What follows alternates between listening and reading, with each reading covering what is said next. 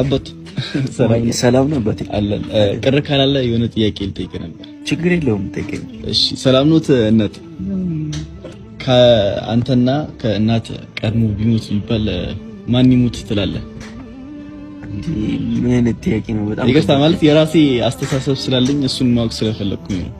እንጃ እኔ ከኔና ከእናቴ እንደዚህ አይነት ጥያቄ ሲጀምር ባጠይቀኝ ደስ ይለኛል፣ ግን ማሰብ አልፈልግም። ግን እናቴ ብትሞት ደስ ይለኛል ከኔ ቀድማ። ምክንያቱም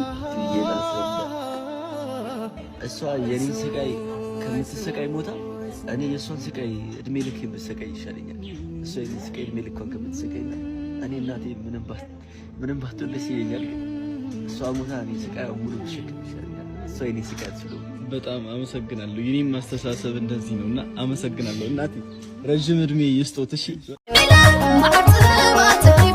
ለሚናይ እንደባ ሰግይለ አጽባ ሰግይለ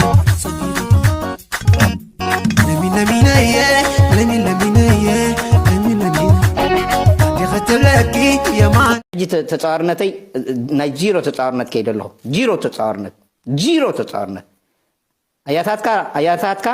አያታተይ ንጉስካ ናትካ ንጉስ እዮም ስበለትን ሰሚደ ዝኾነ ትግራዋይ ንዓይ ንጉስ ኮይኑ ይፈልጥኒ ኣብ ታሪክ ህይወተይ ንዓይ ፍቕሪ እዩ ዘድልየኒ ዘሎ ሕውነት እዩ ዘድልየኒ ዘሎ ኣብ ልዕሊ ህዝቢ ትግራይ ዝኸይድ ዘሎ ጀኖሳይድካ ስጋ መጨረሻ ክኸይድ እየ ስጋ መጨረሻ ሰብ ናብ ዘበለ የብል ሓለይ ደሞነ ኣትዮ ሕለይለይ ወልሓማተይ ኩን ኣትዮ ሕለይለይ ወልሓማተይ ኩን ብሸት ክመፅእ እየ ልሕምኻም ለጋኒ ልሕምኻም ለጋኒ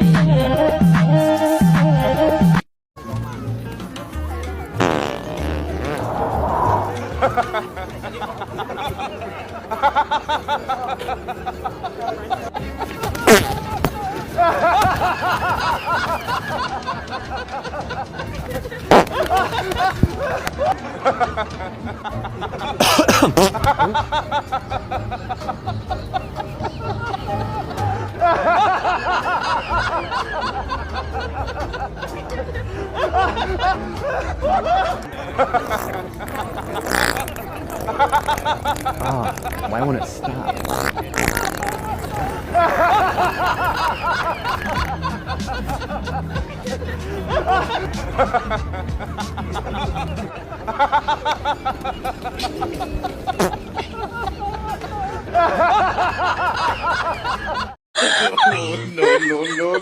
No. Oh my God.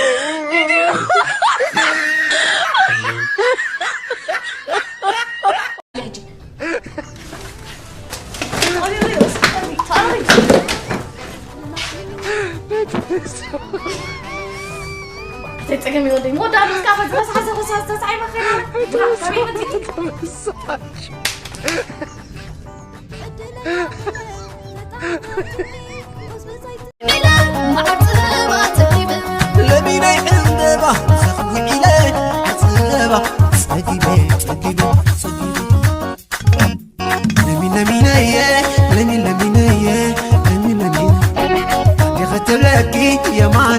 بصاياي زبلكو كخحدني يجمر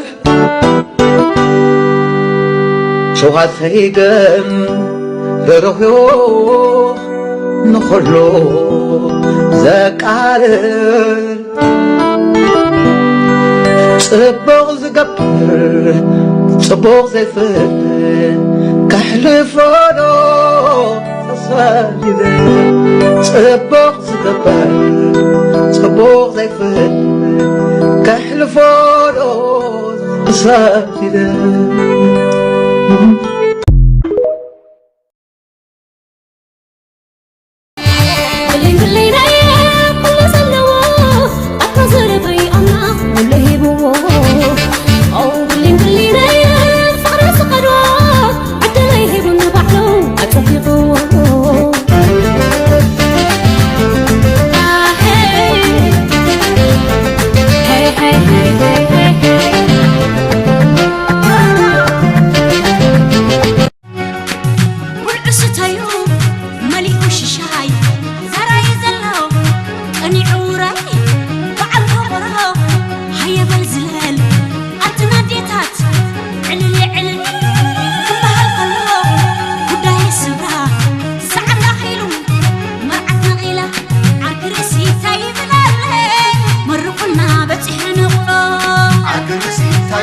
بابا